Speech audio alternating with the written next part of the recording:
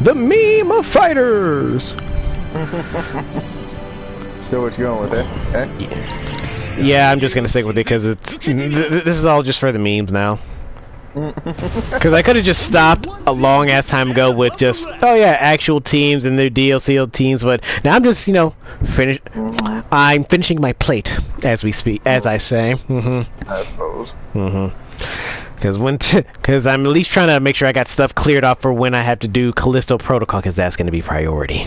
I'm at least going to wait a week after it comes out, because people and their grandma's going to be still playing it. Well, true. I don't know, like, I've heard of, like, different little iterations on when people start it, but, yeah. Because at least somewhere, I don't want to get lost too far in translations. Yeah. Well, what else? Because I'm still planning to try and do Marvel's Midnight Suns. I know it's gonna hurt you somewhere in there, because I know it's not gonna be fully XCOM. It's like card game is. It's not fully XCOM, and it's not fully the Ghost Rider I want. I know. It's not Johnny Blaze. So, kind of on the fence about that one. Kind of depends where we're at in the lineup on stuff, to be honest with you. Very much so.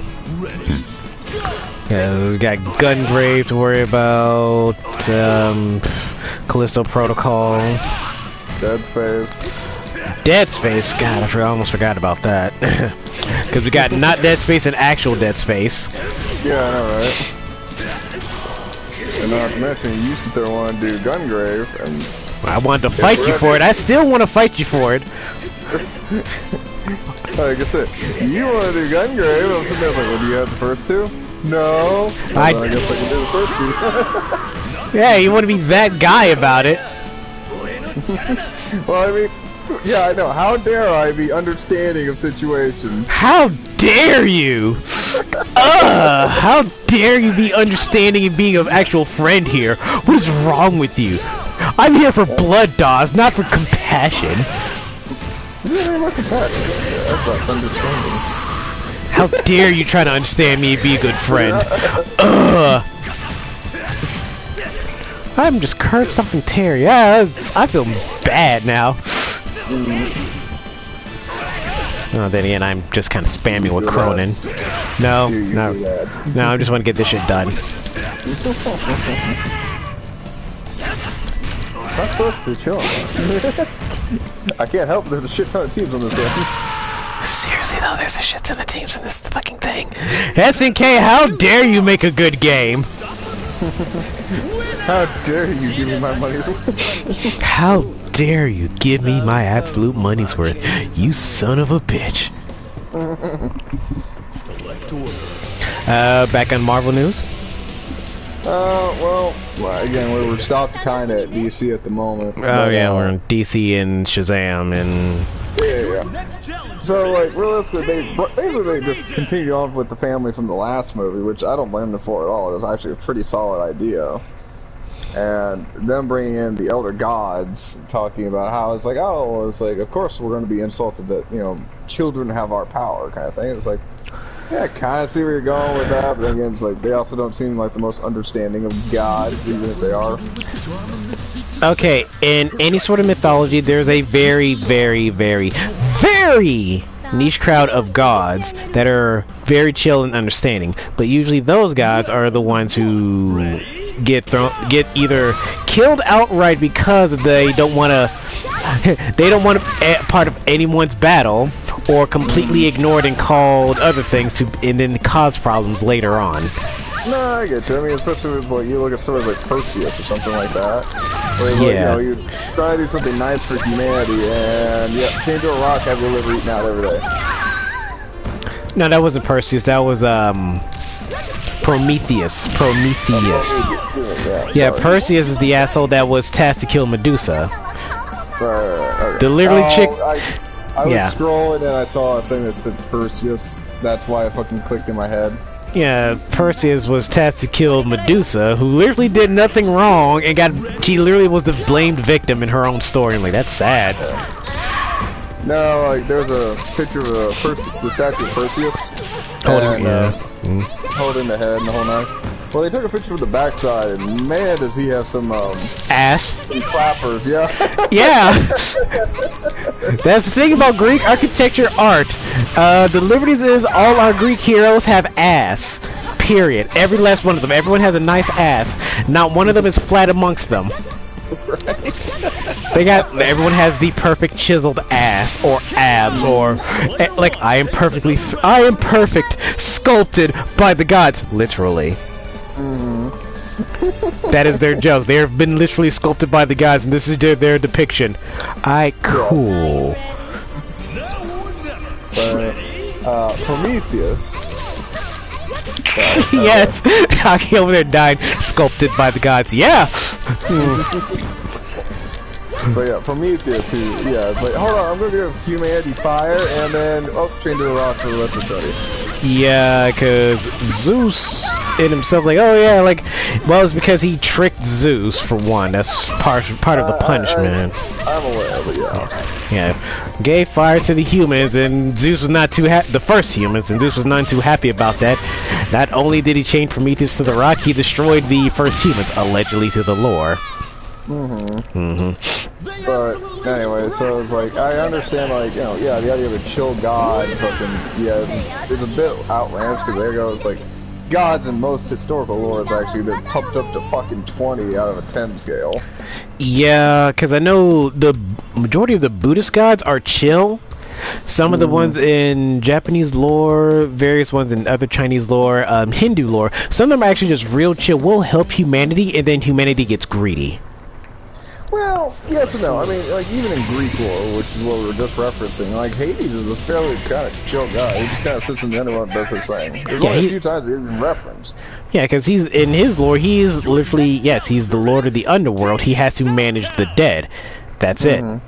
But everyone went pointing to him as the bad guy because of, this guy is literally in this dark room dealing with dead people all day. Like, he's a mortician. What do you expect him to do? Pretty much, yeah. So it's like, it's not like it's unheard of in the Greek lore.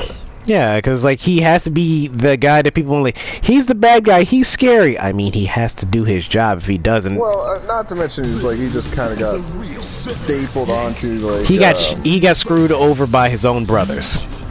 Well, that's not really what was going with that. It's like, especially with the evolution of religion and how it played out, he basically got the shaft because he got combined with the devil in a lot of regards. And it's like, that had nothing to do with him. Yeah. The Catholics, like, oh, if anything is in the underworld, it's inherently evil. Okay. That's not how that works, actually. Especially with Cerberus. Technically, Cerberus is supposed to guard the gates from people from leaving. Yeah. Not from, like, oh, you come in, Cerberus will ignore you. Trying to leave, Cerberus will stop you. Yeah, Cerberus is good boy, and good boy. No, he doesn't stop anybody from getting in, he just stops people from getting out. Cerberus is good boy. He does the job. Oh, so basically he's the guardian of Hotel California. Is that a reference to something? Is that a JoJo reference? You can check in anytime you want. You can never leave. You're not wrong. You're right on that one. Yeah, because he's supposed to basically keep basically the dead souls into the otherworld. Charon basically ferries them to the underworld.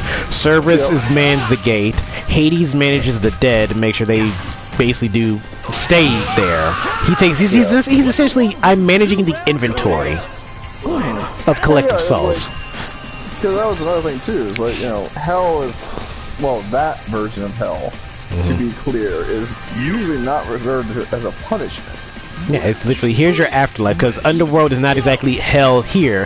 Hell specifically is like, I'm just kind of managing. You can go to I'm managing you until you get to your final resting place. Whichever way you go is none of my fucking business. Is literally what he does.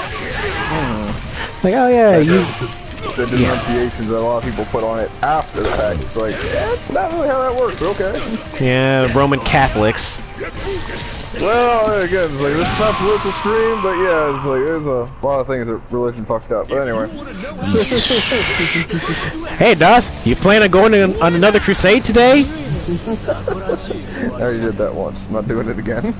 Felt disgusting. Needed a shower afterwards. Filth! Filth! And I'm pretty sure your lady friend in the audience over there kind of helped you scrub down. No, I doubt she knew me back then, but anyway.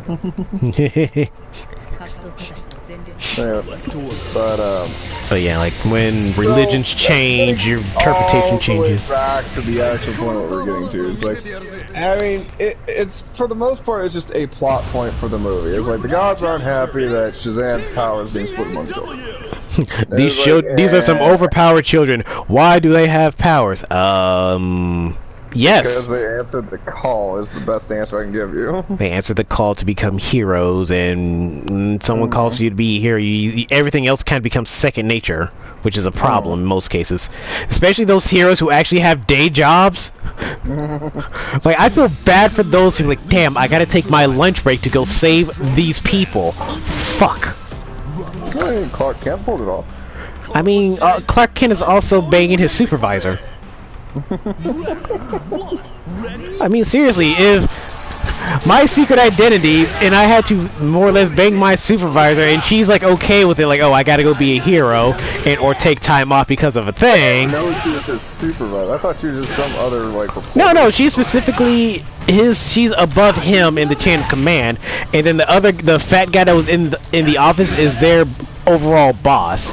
For the Clark's department, Lois is his supervisor. Because she's a reporter. Because Clark is her editor in most cases. Oh, okay, that's what they come. Okay. Yeah. I was like, wait, what? Because Clark is her editor, so she more or less, hey, do this and do this. Like, because I know in most things when it comes to various like news feeds and reporters and all that stuff, each one of them has their own specific editor for like certain things.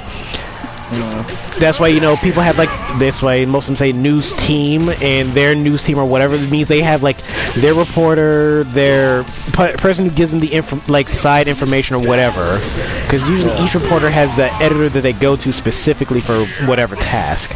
Well, I guess on the flip side, it's like, if you wanted like a midday like quickie, it's like you just hit up Lois. Doy. Get in for a fucking lunch.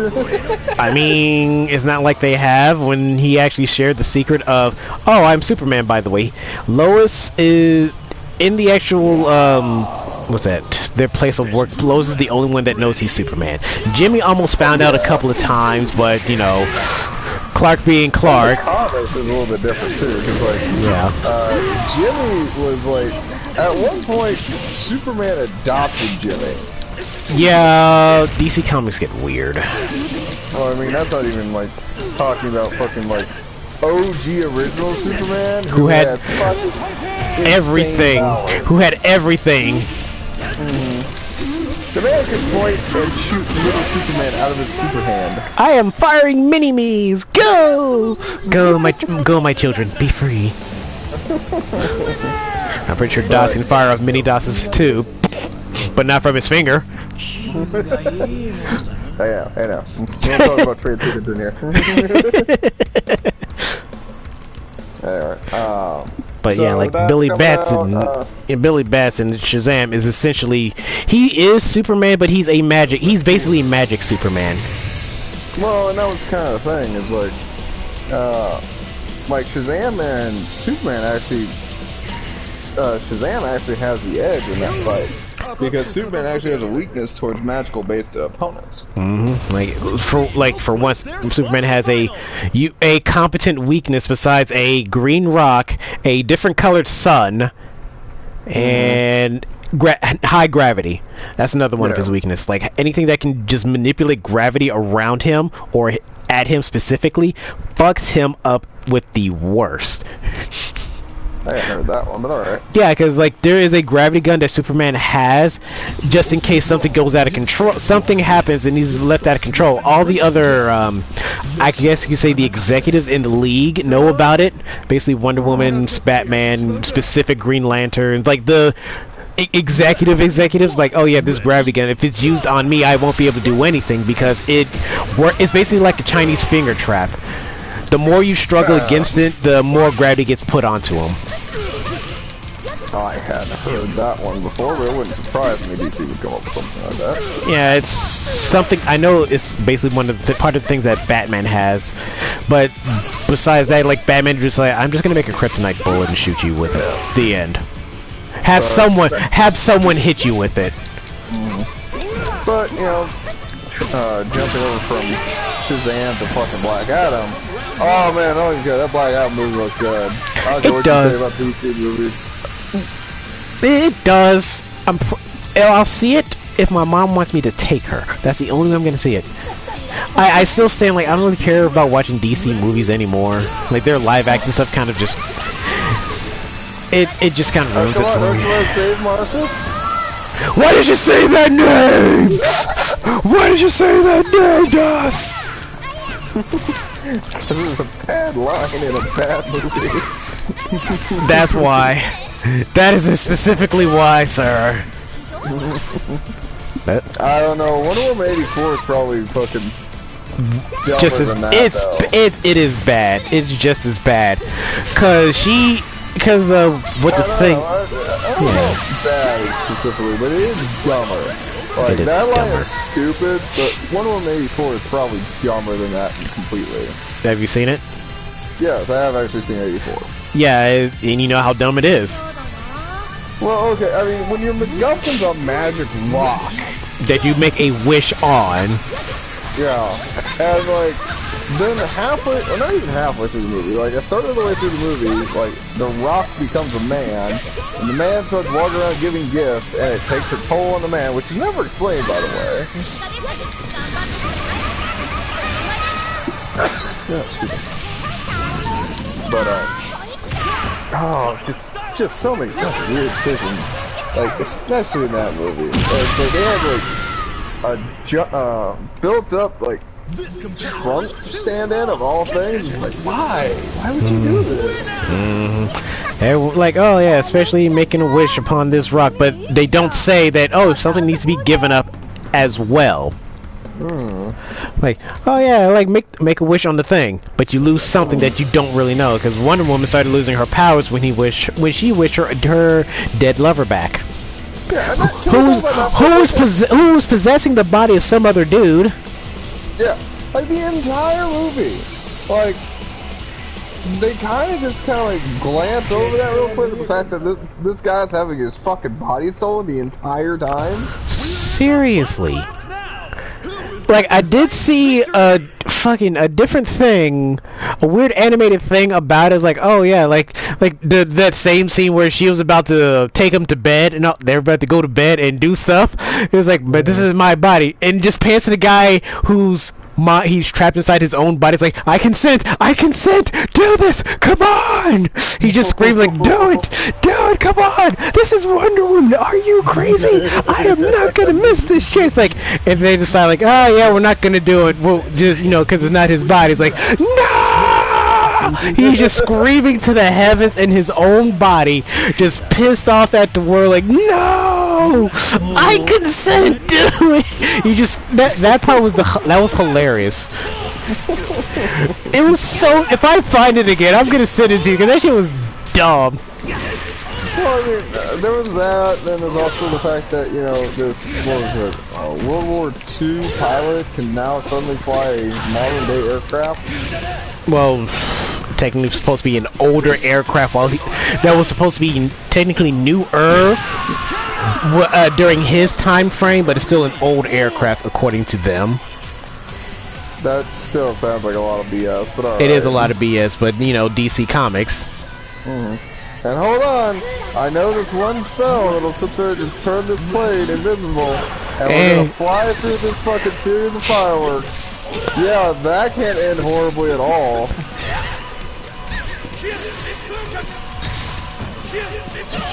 Just saying, man. Yeah, it's kind of ass backwards. Like, well, if anything, it was supposed to explain her invisible plane.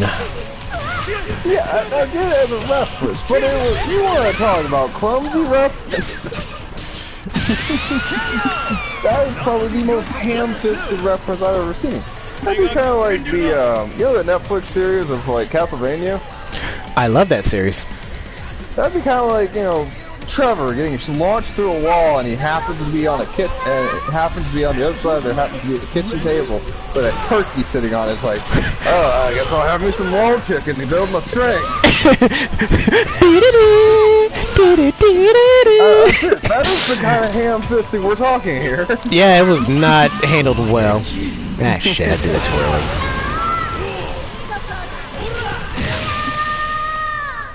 But I guess I could elaborate a little bit more on, you know, what I was kind of referring to last time with Miss Marvel, about how the ending of that was kind of just, it was just bad. Go on.